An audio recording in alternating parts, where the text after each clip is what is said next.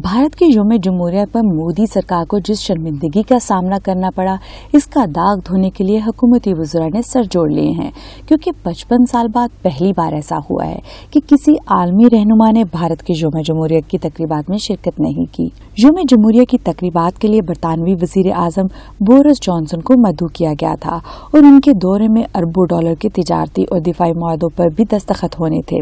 और भारतीय मीडिया इस दौरे को अमरीका के साथ बेका जैसे दिफाई मुआहदों के बाद हुकूमत की दूसरी बड़ी सिफारती जीत करार दे रहा था। लेकिन मोदी सरकार की उम्मीदों पर उस वक्त पानी फिर गया जब बरतानवी वज़ीर आज़म ने कोरोना की मसरूफियात के बायस अपना तयशुदा दौरा मनसूख कर दिया। लेकिन आलमी तज्जियाकारों के मुताबिक अंदरूनी कहानी ये भी है कि बरतानिया के 100 से ज्यादा मेंबरान पार्लियामेंट ने बोरिस जॉनसन को खत लिखा है कि भारतीय किसानों के एहतजाज में हुकूमत के इंसानियत सोच सलूक पर भारतीय हुकूमत से एहतजाज किया जाए और न्यू दिल्ली में किसानों के मुतालबात पर बातचीत के लिए दबाव डाला जाए। बाद अज़ां इस मौक़िफ़ की हमायत में मजीद मेंबरान पार्लियामेंट ने हुकूमती वज़रा से बातचीत की कि लंदन में भारतीय किसानों की हमायत में होने वाले मुजाहरों के पेश नज़र भारतीय हुकूमत से वाज़ा मौक़िफ़ अपनाया जाए। कैनेडियन वज़ीर आज़म दीगर यूरोपीय और एशियाई ममालिक भी वाज़े अल्फाज में भारतीय हुकूमत के रवैये पर सख्त रद्द अमल का इजहार करते हुए मुतालबा कर चुके हैं कि किसानों के साथ मुज़ाकरात किए जाएं।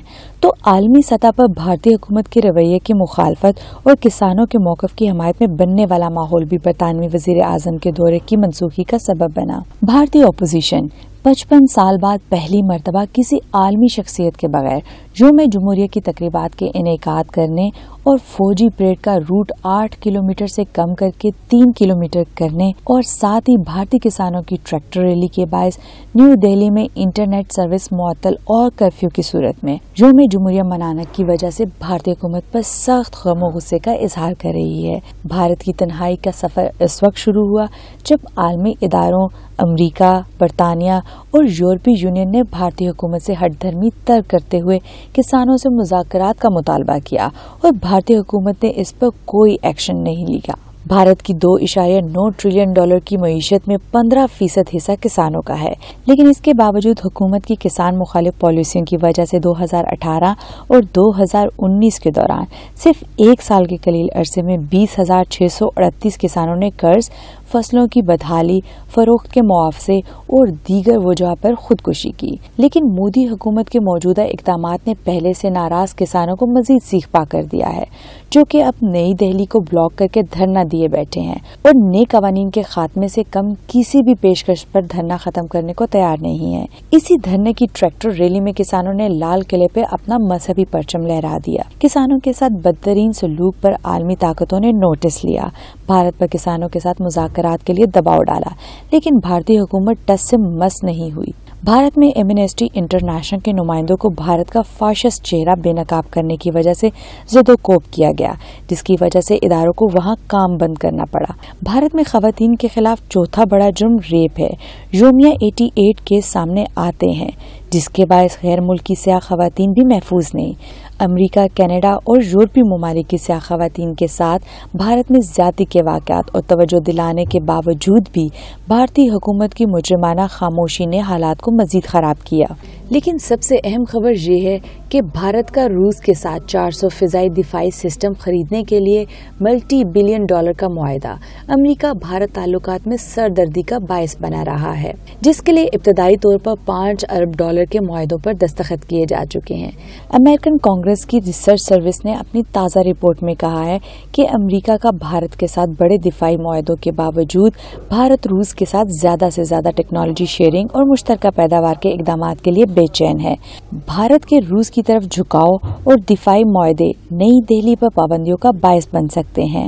अमेरिका और इसके इत्तेहादियों में भारत के इन इक़दामात पर सख्त गम गुस्सा पाया जाता है, क्योंकि वो एशिया में चीन का मुकाबला करने के लिए भारत को बेहतरीन चॉइस समझ रहे थे। आलमी दिफाई तज्जियाकारों का कहना है कि ये तमाम वो वजूहात हैं जिसकी वजह से किसी बड़े आलमी रहनुमा ने भारतीय यौम जमहूरियत में शिरकत के लिए हामी नहीं भरी। इसीलिए कांग्रेसी रहनुमा शशि थरूर ने कहा कि कोई हमसाया हमसे खुश नहीं, मोदी की पॉलिसियां भी हमें कहीं सिफारती सतह पर तनहा न कर दें। हुकूमत को बोरिस जॉनसन की तरफ से दौरा मुलतवी करने के बाद शिकस्त तस्लीम करते हुए यौम जमहूरियत की तकरीबात को मनसूख कर देना चाहिए था। اس کے باوجود عالمی نشریاتی ادارے بھی بھارت کی پالیسیوں پر کھل کر تنقید کر رہے ہیں کہ مودی سرکار بھارت کو خطے میں تنہائی کا شکار کرنے کی طرف گامزن ہے۔ Wall Street Journal, New York Times, BBC، Reuters اور CNN سمیت وہ ادارے جو ہمیشہ سے بھارت کی پردہ پوشی کرتے ہیں، وہ بھی مودی سرکار کی پالیسیوں پر کھل کر تنقید کر رہے ہیں۔ دی گارڈین نے تو یہاں تک لکھ دیا ہے کہ مودی کا طرز حکومت آمرانہ ہے جو کہ بھارت کو تنہائی کا شکار کر دے گا۔ مزید لکھا کہ ہندو انتہا پسند جماعتیں ہندوستان کی تقسیم کے راستہ پر ہیں۔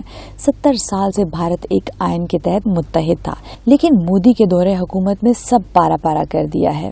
اس سلسلے میں اہم پیش رفت دیکھنے میں آئے جب EU ڈس انفو لیب کے انکشافات پر یورپی پارلیمنٹ نے نوٹس لے لیا۔ EU ڈس انفو لیب کے ایگزیکٹو ڈائریکٹر نے یورپی پارلیمنٹ کی پارلیمانی کمیٹی کو بریفنگ دی اور بھارتی پروپیگنڈے سے آگاہ کیا۔ پارلیمانی کمیٹی نے انکشافات پر تشویش کا اظہار کرتے ہوئے معاملہ متفقہ فورم پر اٹھانے کی یقین دہائی بھی کرا دی ہے۔